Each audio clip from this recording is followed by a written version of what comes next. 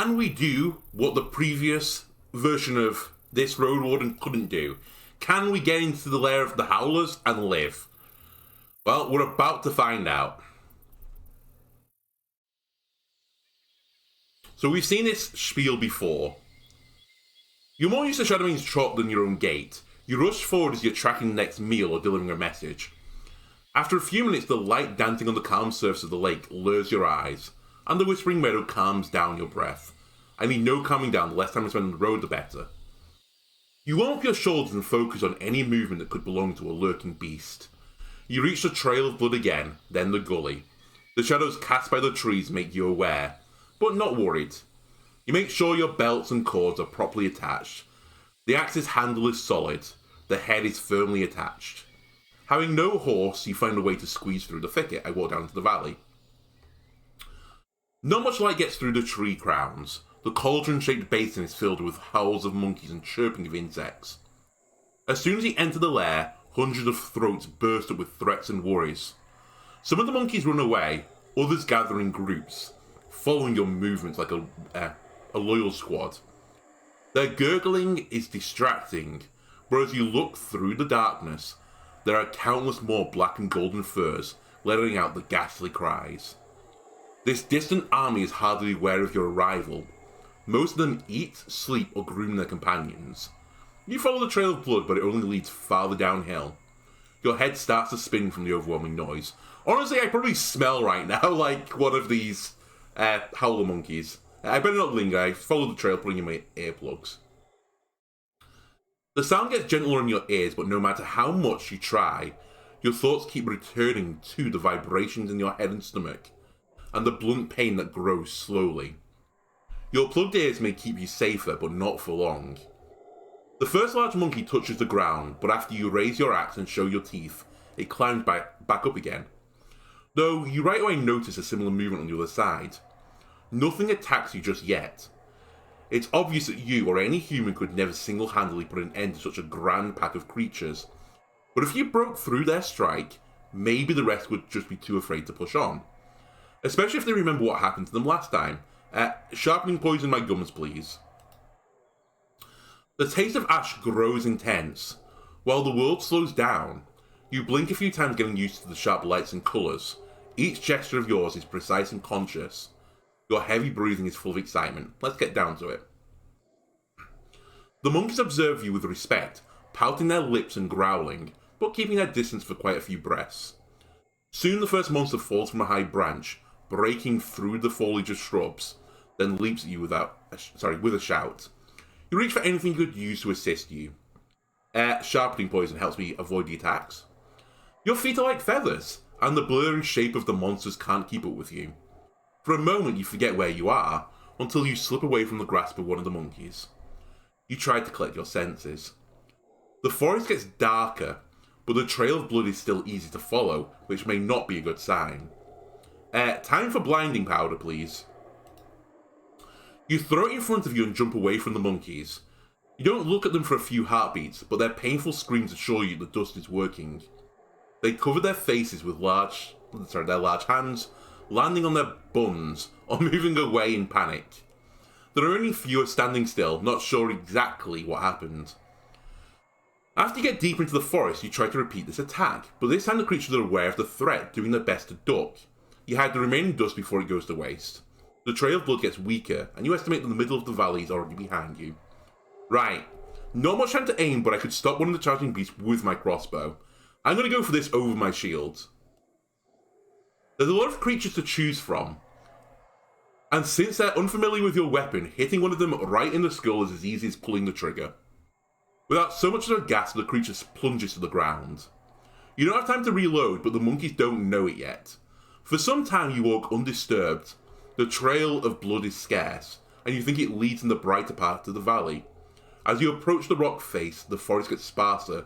Alright, last port of call, we have to use my shield.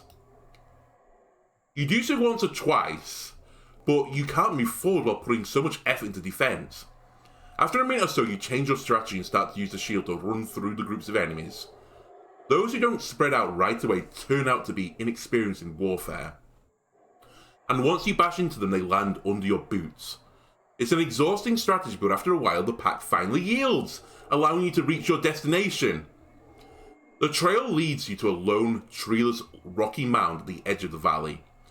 The light falls on the short grasses and flowers growing around the pale human bones. The flesh is almost scraped clean, and a few ravens feasting on them lazily move aside, at first observing you, then preening their feathers. The remains are resting in a pool of dark blood, now serving as a breeding ground for worms. The torn clothes are spread around, most of them made of leather and rawhide. The howls reach you again.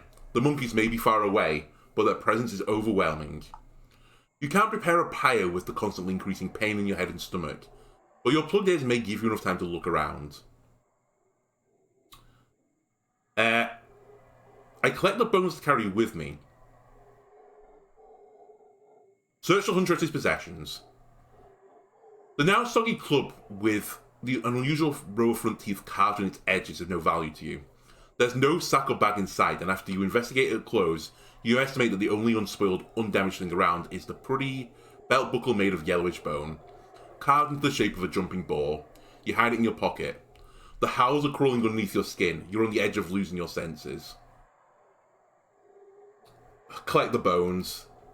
Since they're detached from each other, you shove them all into a sack. The skull, spine, ribs, pelvis. Too many of them to wonder if they're complete. They're warm from the sun. The stench of rotten blood is gut-wrenching, and you gladly step away from it. We leave. You hold your head briefly, hoping it'll stop spinning, then rush towards the gully. The monkey's howls are both painful and desperate, which seems proper while you run through the blood and shells of their pack members.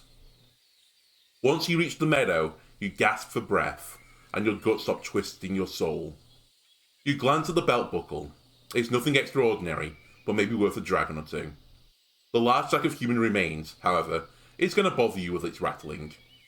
You stay for a bit in the middle of the road, unpack your sacks, then tie together as many bones as you can and hide them again. Let's hope they won't form an undead once they get touched by a fog. Ephron will surely appreciate your efforts. He'd better, and generously so.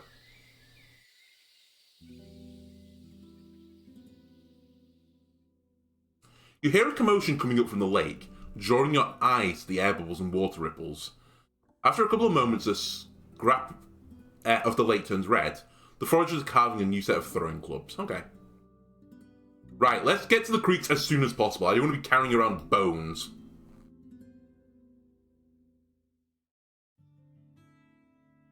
But we did it. The hunter. About the hunters. Dahlia is gone. He keeps chipping in until you tell him to listen to the end. He respects your wish, though he frowns so much that you would wonder if he can see you. Caught by a cat, buried by howls. A grim, violent tale. He looks around.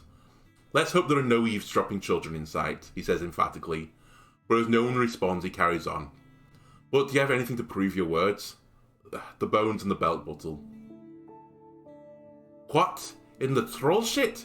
He steps away as you try to handle the sack. I what? Take it and burn it. He points at the ground and you place the sack there. He grabs it only to turn it around. Let's not show it to the children before the burning, he whispers. But after a few breaths, his confidence returns. I'd recognise that buckle anywhere. Dahlia had a gift. Was ready to give up the hunt if it would mean more craft time for her. But honestly, friend, her siblings and uncle will be glad she's not coming back as an awoken. Every human deserves a proper pyre. Thanks for the help, friend. After these words, Ephron is unusually quiet. I'll tell you if I find anything else. I noticed your no soul in the trap carries a weapon that contained copper or iron. Not because of some priest prattle, we just have neither. He taps the sharpened obsidian of his club proudly. But we do what we can, and with fine results. We hunt nothing larger than a deer, and cast rocks from slingshots. Ella hopes to trade for copper with his firewood. Chairs, we'll see. His eyes tell you that you'll see nothing of the sort. There was even a traveller here a year or two ago, who was seeking ore in this land. He went to the eastern ravine at the foraging ground, south of here, and he gives you a playful look. then suddenly claps his hands and steps forward, making the wolf's jaw bounce him down. Dead. His tent is still there, but the shell went into the fogs. Ah, so he's in the foraging grounds. Okay, that's good. Good hunting. Ella? Did I get no money for this? Did I get absolutely nothing?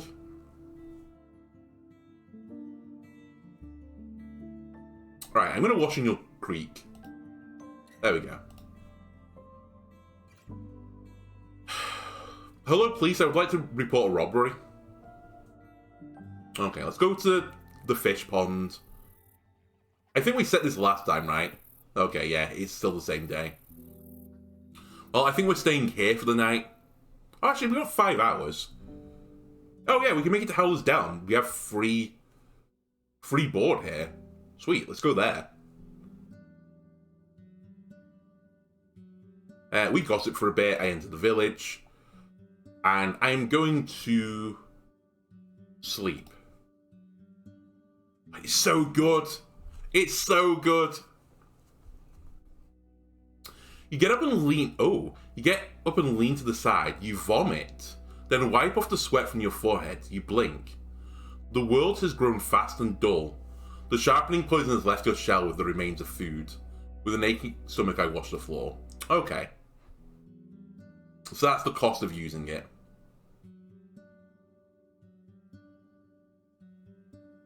Right.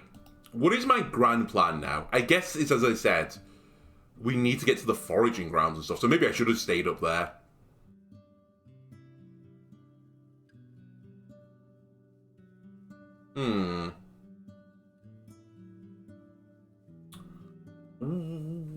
Well, I don't want to do anything with the monks right now, because they want me to get Udacir in trouble. Or, like, you know, tell them what the golems can do and can't, and I don't really trust them. There's something shady going on at this monastery. I wonder if old Pagos will talk to me yet. A few farmers wave to you from a distance. Oh, for God's sake, it's still the same thing. Alright, see you later. Just checking on you.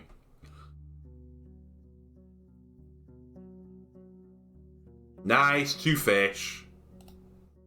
Set the trap again. I step away. Right, we'll go to the pelt then and sell these fish.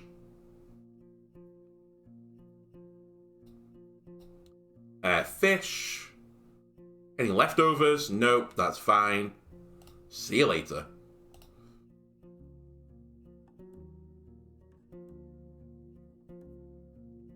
How long have we got left in the day? 8 hours. Take me to the watchtower again.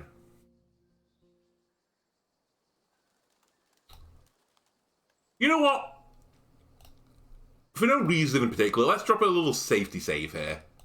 Just in case I kill myself, because I think I'm going to go on the eastern path a little bit. How long left? 6 hours. So we can make it to here comfortably. Let's go to the cabin again. Oh. We're going to have to fight the wolves this time. The only tracks in sight belong to small critters. The cabin has no window, but a stubborn beast could easily burst in through the old thatch. The gust of wind doesn't move the door. A curious ibex observes you from the crag, but flees from your gaze. I check the cabin.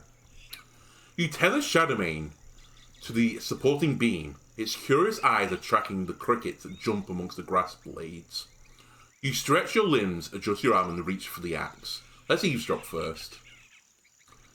You sneak towards the door and crouch down. After maybe a minute, a quiet rattle comes from inside. Something similar to the sound of cracking knuckles. You peek inside and just barely see a small part of a dusty room. Okay. A large spiderweb is spread among the knocked down furniture. I grab my axe and raise my shield. We go inside. Now, I may need my crossbow. You remove its protective case and plant the stirrup on the ground. You take a deep breath, pull the string until it locks, and load the quarrel. I walk in and aim at anything that moves. A spider looks at you from the centre of the web. Its shell is larger than your head, and the thin legs are longer than your arms. Its countless hair blends in with the walls. They're brown, grey, and cream. What do you do? Let me think.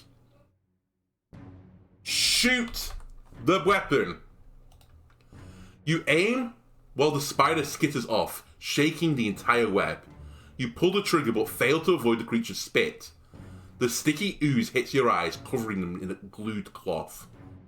The sack of flesh smacks the floor. It clinks in agony. Your eyelids can't even blink. You drop the crossbow on the floor, then sit on the threshold blindly. We have to pull it partially. The saliva clings tightly to your skin. You'll rip it off, suffering after every pull, but the results come quick. You slow down when you get to the eyelids. You're grateful for your reflexes. At least you still have eyes. You get to see the light slowly and shapes. The thing turned out to be grey and white. You stand up to look around. The room is covered with a thick layer of dust. Getting through the web could be risky.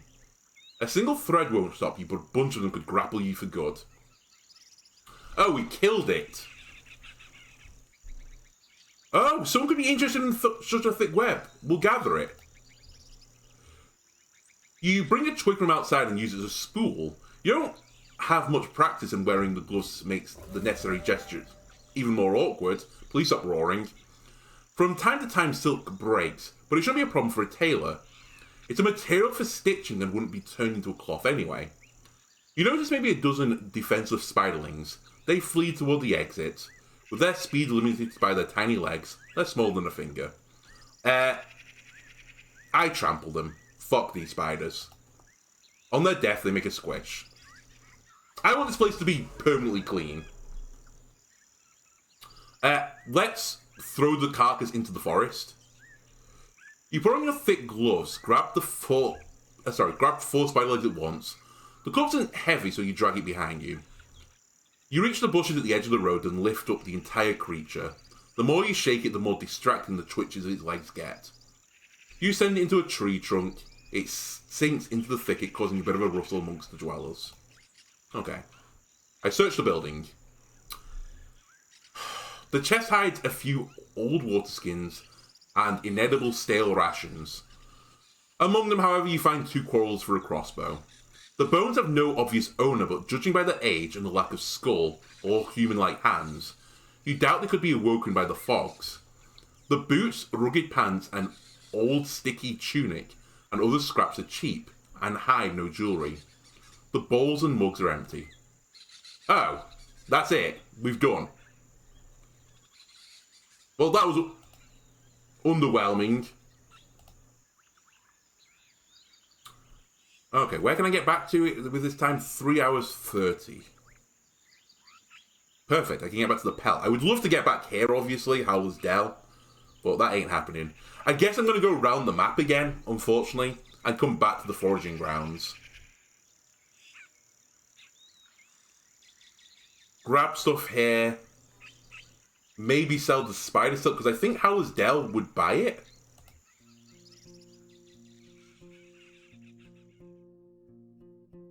Right, we're sleeping here. I'll rent the room because I need the health. Any leftovers? Nope. Okay, he doesn't want any of my stuff either. I just thought I'd check just in case he will buy the spider silk, but he doesn't have anyone that can work it, I suppose. Nice. We have 2 fish. I step away.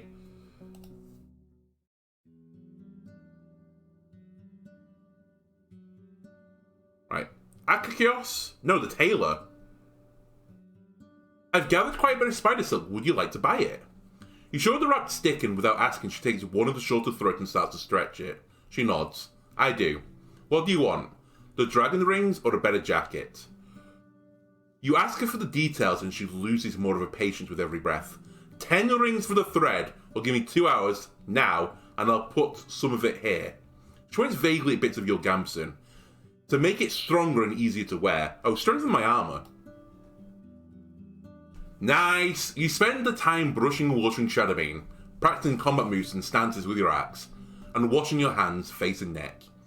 Near the end of the hour, you return to the tailor and sit down on a stump, relaxing to the sounds of Howler's Creek. She asks you to come closer and points at the spots which the seams were ripped and replaced with spider silk. which is much lighter than the old thread. It will only get stronger than this, unless you cover it with trollhide or something. So hang on a minute. Yes! I got that like 20 cost dragon bone thing for free, basically. Perfect!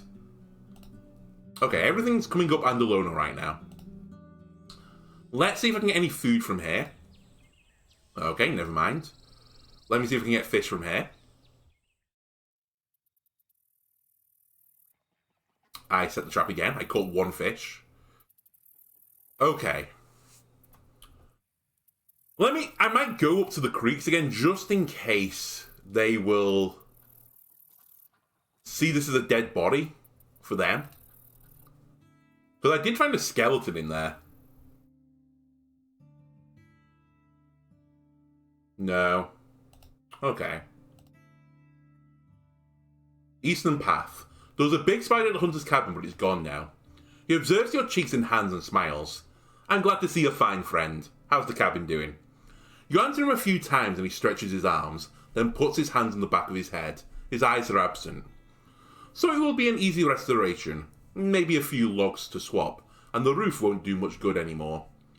It takes your pronounced grunt for him to blink a few times and raise the lid of the case. One for the news. He puts the first dragon on the table and another one next to it, and this one for taking care of the beast. Come on, Ella, I could have died in this trap. After a few breaths, he reaches for another dragon. Thanks. Right, I'll let you know if I see anything else. See you later. I feel like I'm just giving this guy like the harshest time, but listen, I want to make my riches, and right now I'm not making my riches. I'm spending my riches. Anyway, 4 hours.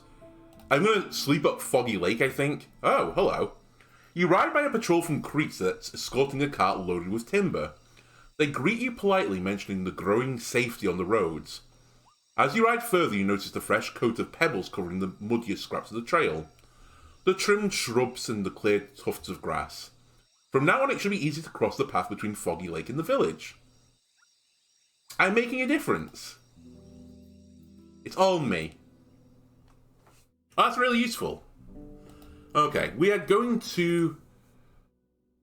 Okay, we still have all the ointments and stuff. That's great. I'll eat while I'm here, I suppose. Okay, she doesn't want anything of mine. We're just going to sleep. I'll rent the room. We could probably do with the extra heart. Oh, God. Sorry, I right-clicked by accident. Okay, let's go outside. And for no particular reason, let's drop another save. Just for no particular reason at all. And let's go to the foraging grounds. Actually, let me go to the Wanderer first and see if there's anything here. We're not washing ourselves in the stream. That is no-go. Foraging grounds, I'm scared. The sky is filled with croaking arguments of the mountain birds, and you notice almost no insects around you. You don't spot any larger predator. Oh, since the area is free of beasts, I spent some time foraging. Oh nice, wild plants, I'll take it. You let Shadowmine keep itself busy while you walk around looking for anything edible. It takes a fair bit of time. You don't plan to carry around raw mushrooms and bugs, and the wild vegetables need to be washed before you put them in your bags. You finally find a few handfuls of plants, fruits and nuts. Next time, however, it's not going to be so easy. The area has been already cleared by all the foragers. Right, I followed directions to the spot where the dead man was found. You head behind the shallow pond in the far east and find a small ravine of sorts. Though instead of water, it hides torn clothes, broken tools, and the remains of a camp. There are no bones around. Whoever had found their end in this place surely turned into an undead years or decades ago. There's a broken rope hanging from a tree stump. The other part of the plant is already at the bottom of the ravine. Time to take a closer look. You grab Shadowmane's halter. Your mount observes the area nervously, not willing to graze on the sparse, dry grass. You pat its side. It won't take long, you say, knowing both that it doesn't understand you and that you can't be sure the words are true. It lowers its head and starts to paw the ground. Not willing to repeat the mistake of the previous traveller, you tie your rope to a stone instead of any of the plants. You take only what's necessary and descend, leaning with your boots against the rock face. The sounds of wind and birds are muffled and echoed. You end up on a corridor of rocks. I approach his possessions. You find no blood, flesh, or bones, but the clues tell you all you need. Someone was betrayed by their own rope, now lying on the ground with a torn loop. They landed on their bag, in which you find a bunch of broken supply jars and scraps of linen, then try to crawl away. You find nothing of value, not even dragon bones. Maybe that's why the dead used to own such unreliable equipment. You're ready to climb back, but once you turn around, you realise that you've overlooked something sticking out from a wall. A pickaxe, surrounded by dozens of cracks. Some of the small rocks have already crumbled up. I take it. It gives way easily, more thanks to the rust in your muscles. You throw it away using your hands to pull away the shards of the wall, and gasp, once you recognise the pattern on their surface. You kneel down and take a better look at the rocks. At least half of them bear a touch of the green copper, like a statue in an old temple. You come to your senses, pushing away the images of fortune and future idleness. A large group would have to set up a hamlet here to even inspect the vein, with workers, guards, wood, supplies, tools. All of the noses of the locals. Squabbles over ore can turn violent pretty nasty. Now I have to decide if it's a secret I take to Hovelvin or something I share with the locals. Ah, I see. No, I think we share this with the locals.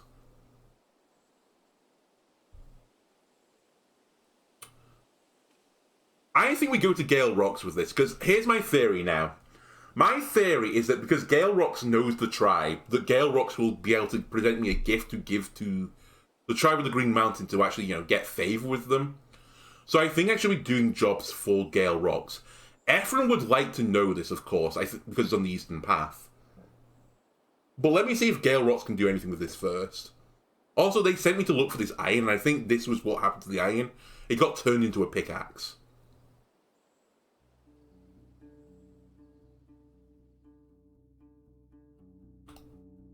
Follow him inside. About the lost merchants. Wait, what about the iron?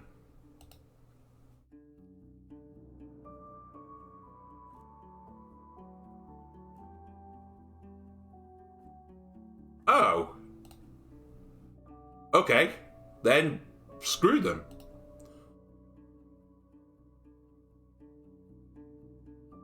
Screw them, I guess. Fine. I thought that was for certain the guy with the iron. Alright. Oh. They can't do anything with it. Oh yeah, I was asked to put a sign down. Cock. 5 hours. Can I... Just see you later. Can I get down to here in 5 hours? I can. Okay, I'm pretty happy to go around this eastern path now. Right, it's time to stop lugging around this painted plank. The convenient remains of a shrub help you tie the plant above the ground. After a few minutes, you step away and take a look at the new sign. It may save someone's life. I'd rather see people building new paths, not hide them. I wonder if the days of iron nails are ever coming back. What soul would enter a path that looks like this anyway? Well, that was easy. It may save someone's life. Shadowing peacefully chews on the grass, enjoying the sun on its back, ready to take a nap. Okay, let me head to the watchtower. And we'll sleep here, I think. I enter the tower, and I sleep. Let's sleep. Very nice. I guess I can go back here, since I'm here anyway, just to see if she has any new leads. Maybe she's interested about the copper. I don't think she wants to work in the city. I don't want a spirit rock either. Alright, see you later, Eudocia. Honestly, I was just stopping by. Right. Free meal, please? Oh, I have fish as well. Nice! Free food. Alright. See you later. That's all I need to discuss right now. I wash my shell, I step away, I travel. Any more fish?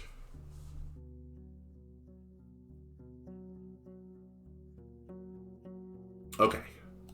2 more fish. I set the trap again. Do I just go back? I'm 45 minutes away. Yeah, sure. Just walk back, give him some fish. That's another dragon bone. And literally, it's costing me like nothing. Well, it's costing me time, I suppose.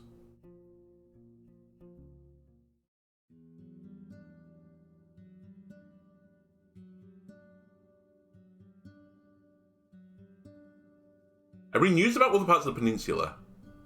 Ah, I probably should take this news straight to the guild, but I found a copper vein here in the north. Are you serious? Where exactly? You tell her about your finding, though she hesitates to trust you. For a few long minutes she asks you for details, and you suddenly notice that a few of her questions are overlapping. She's searching for lies. Once satisfied, she gives you a grateful nod, crossing her legs and clasping her hands around at the knee. Sorry, higher than the knee. I can't do anything with it before spring, but we'll be prepared. Starting any work so close to a tribe from the creeks won't be easy, but I'll figure this out. I don't want to do you to see her dirty. She's helped me a lot. And honestly, you're kind of a scumbag. You need my assistance. She looks around and adjusts her cape and lowers her voice. Have you ever spoken with Arentius, the necromancer of the White Marshes? I haven't, you respond, and she bursts into laughter so unprompted and loud it makes you quake. Ha ha ha ha! Have you been to my favourite spot, right behind the corner? Sometimes all I want is to take a nap there, with a cat on my lap and mint tisane at hand. Come on, I'll show you. Once you reach the boar pen, the noise of work and conversations is suppressed by humming water. The mare glances at the window above you and strokes her lips with a thumb. Let's rest here. She leaves you enough space to sit down with her. The scent of her rose perfume is strong, but this time her eyes are absently aimed at Beyond's home. What I'm going to tell you needs to stay between us, she says hesitantly. I figured. She crosses her legs, clasping her pale hands around her knee. We need to get rid of the undead. Of the undead or the necromancer. We both know the former won't get away without the latter. Her voice relaxes a bit and she starts to dangle her sandaled foot. White Marshes is a threat to us all. We ought to burn the wound while it's still fresh. I don't know why I said flesh, I meant fresh. What's your plan? Start with reaching the village. It's not far away from here. Just ride north and on the second turn east enter the bogs.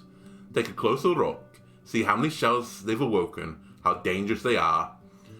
Just don't mention me at all. Being a Roadwarden affiliated only with Hovleven works to your advantage. On the opposite bank of the creek, a seagull is preening its feathers, unaware that a young boy is trying to sneak upon it with a comically raised hands. Maybe the locals will allow you to meet the priest. Ask him what his plans are. Just don't act hastily and keep me informed. I can only tell you this and that about the village. You waste no time. I see. Theis's voice is warm, but you both look towards the seagull, still unaware of the danger. The boy is just about to jump. I let the kid have some fun. I shout, don't, just let the kid have some fun. The kid grasps the creature and makes a triumphant cry, holding the bird as it squawks in panic and flaps its wings. In a few heartbeats, the creature's neck is hanging at an unnatural angle. He raises the seagull above his head, waiting for the mare's approving nod, then takes his prey away, whistling. Your companion lets out a chuckle and leans away, resting against the inn's wall with crossed arms. So did you manage to get in touch with the priest? Won't happen. I can try and gain the locals' trust, but I doubt Arentius will listen to reason. After you give her the overview of the situation, she asks you for a minute to collect her thoughts. Resting on the cool wind, she keeps staring in the distance. Once she speaks, you catch no hint of hesitation in her voice. In such a case, avoid meeting with Arentius. It's better for his people to not know how determined you are to stop him. Instead, carry on with your general patrol route and speak with the leaders of other settlements, at least those who are willing to listen. Tell them we need to unite our forces to enter White Marshes and force the necromancer to release the awoken. I'll handle most of the obstacles, but I need at least one tribe to join me. You're the one who will lead the fighters. We'd rather avoid bloodshed anyway, and you know the bogs better than any of our hunters. She adjusts her purple dress, as if she's just finished a meal. Once you find someone, come here and speak with me. Ideally in the morning, we'll begin our preparations. Wouldn't it be better to abstain from violence altogether? Any attack will end up grim, no matter how carefully executed. If you want to avoid unnecessary violence, she stands up slowly, her tone having run out of patience. Find me 2, maybe even 3 groups of fighters. The more of us there are, the dumber it will be for the defenders to oppose us. Do you want me to organise a raid? I can't really agree to this. So you'd rather put everyone in danger than gain my trust and save them? Despite her fragile shell, she now towers over you. Her scornful gaze makes you look away. Very well, our collaboration ends here. Come, but don't waste my time. After a few steps, you return to your usual table. Oh, I burnt my bridge with her. Can I still sleep here for free? I've still got that, right? You haven't taken it? I've still got it, right? Yes, I still got it. Okay, that's fine. Honestly, I think that's really excessive. To start a war against them? You know what, White Martians, I'm going to come back. And let's see what you have to say. We haven't really been here much. I could kill the creepers now. Let's try and get through with the guy again. The warlock. Okay, there's still no food. Holy shit, I just noticed the time. Hang on a minute. Go back. It's way too late to go there. We'll sleep here. Thank you for the free food.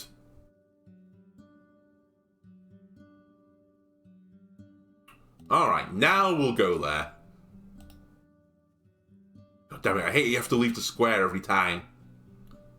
Actually, we've probably got enough time to offer my service to the guard. I'll work with you. Alright, you took a bit of my looks. What's new? Right. Show me your alchemical ingredients. Oh, I can only buy these, okay. What can you sell me? Oh, you're the one with the hook! I'll buy it. I bring a message to you from your old teacher, I forgot about this. He listens to it without a word, then reaches for one of his bracelets, playing with the wooden beads. He grunts a few times and his eyes grow absent. I was happy when I got there, you know. I'm not a loafer, was ready to learn all the ways. Back then, priest Arentius saw any spells coming from pagans as disgusting in the right eyes. His tone swings between mocking and begrudging, but I didn't go in. But I didn't let go, even. And the others outvoted him.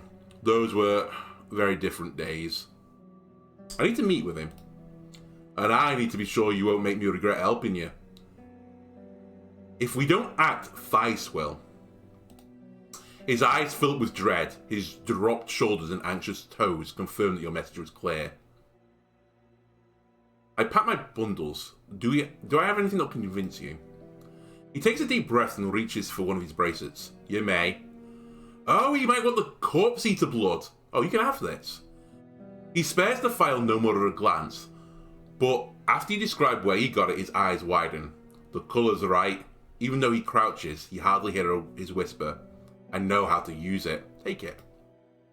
You place the bottle in his soft, open palm, and he locks it in a wooden box hanging amongst his amulets. He stands up and lets out a relieved sigh. Here's how it's gonna work.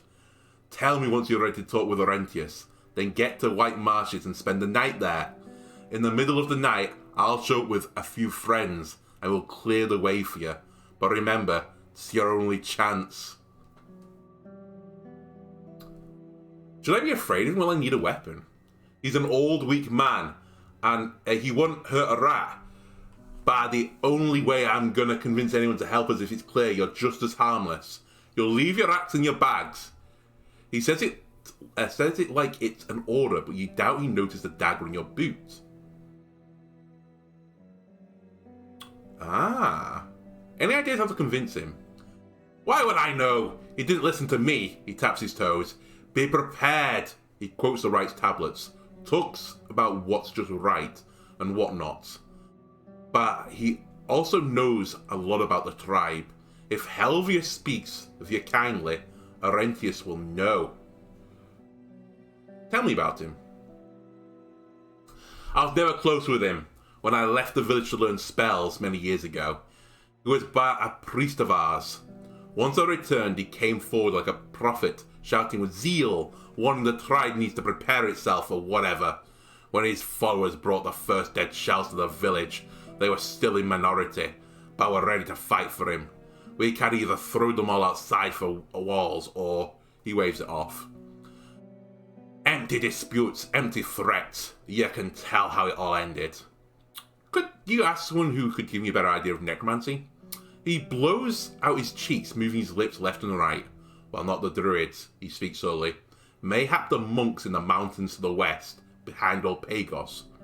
Only they've time to learn about things they don't need to survive. Alright, I'll come here once I'm ready then. Okay. Interesting. This has really opened up into something I did not expect. Where are we on the old timer? 6:45. Let me go to the northern road again. Let me grab the fishes. I set the trap again. So 3 hours to get back down there. Okay.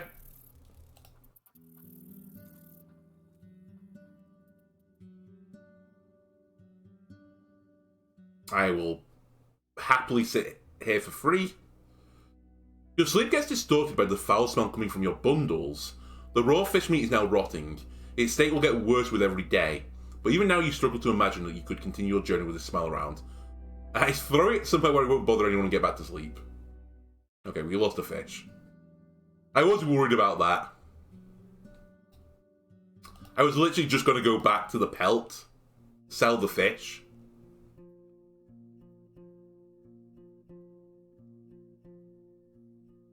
How many more fish do I have? Do I have any? Okay, let's hold off and fish for a little bit. We've made a decent amount of money. I'd say that. Let's actually grab this fish. Okay, for God's sake. I can't help myself. It's just money. It's free money. I don't have to risk hurting myself. It's so good. Right. The monastery. 3 hours, 30 minutes. We have the time.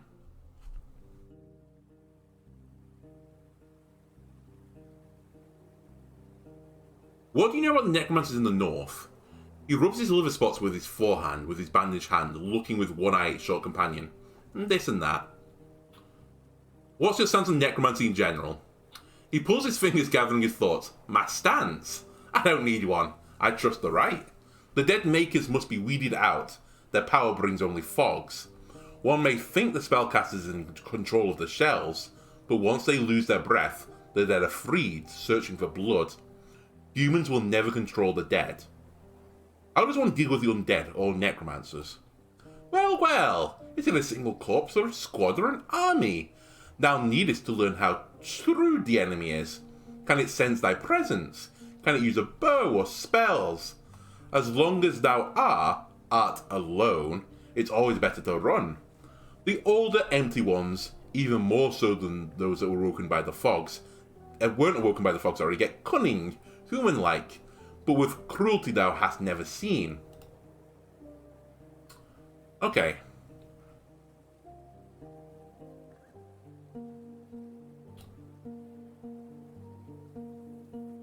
Oh, I don't want to do this, but God damn it. I need the trust.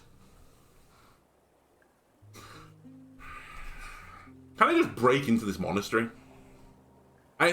Honestly, I think I would be more inclined to, raid the monastery than raid the White Marshes. Because I think there's something shady going on back here.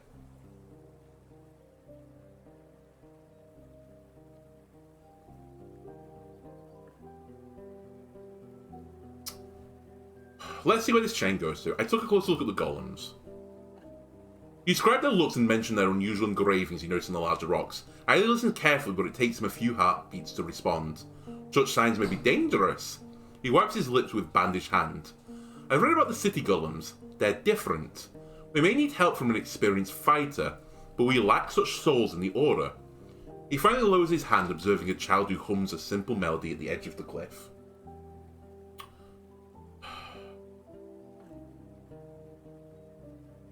I don't want to do this.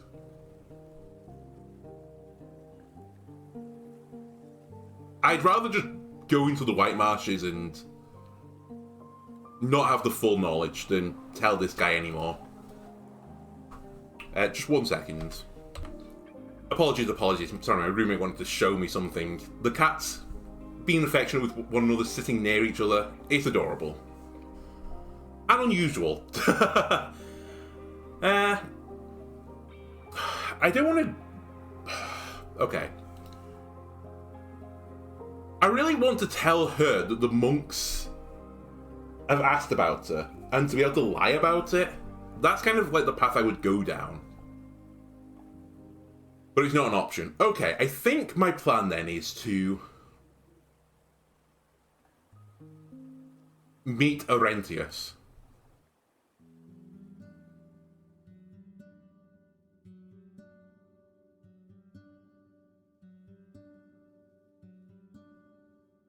Yeah, I think that's my job now. Meet Aurentius, speak with him, and see what he says. Maybe I should even just go into the village. Maybe that's what I do now. And then decide if I want to do the raid or not.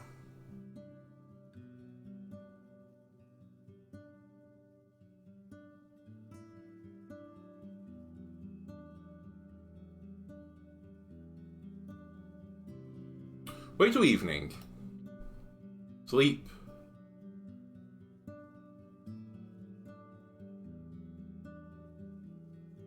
Right. I leave the square, I forgot you have to do that.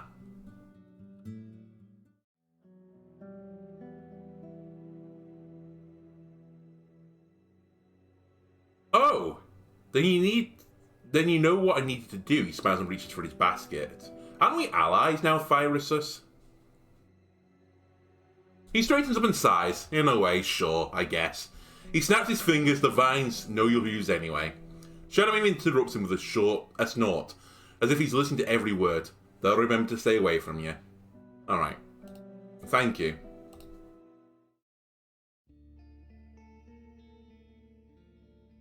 I go to Helvius. Oh my god.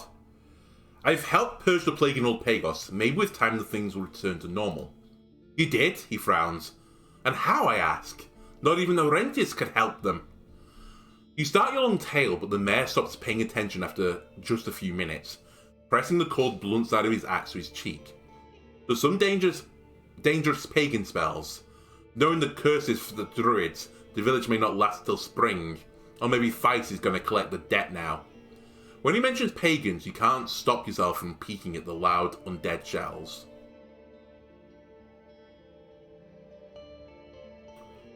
Oh, the change and struggles of recent years, are they related to what happened to the village in the south? While he stands still, you feel the inquisitive glance of the nearby villagers. Whatever you're trying to ask me about, he says, through his clenched teeth, should stay in your dirty mouth, outsider. It will sabotage Fly's plans, but may help me gain his trust. You need to strengthen your guards. Oh. Oh, fuck these people. Honestly, fuck the White Marches. Let's talk about price for clearing the tunnel. Fine. He sizes you up and raises his chin. I want 15 bones, not one less. Can't afford it. See you later. Okay, he wants the quarrels. Nope. See you later. Valens. I can sell you... Oh god, I can only sell 2 fish. And I have none. Alright, I've made my decision. Fuck the White Marshes. They suck. We'll mow them down. Honestly, I kind of wish I could get the army again. But clearly I can't. Alright, how long have we got left? 9:45.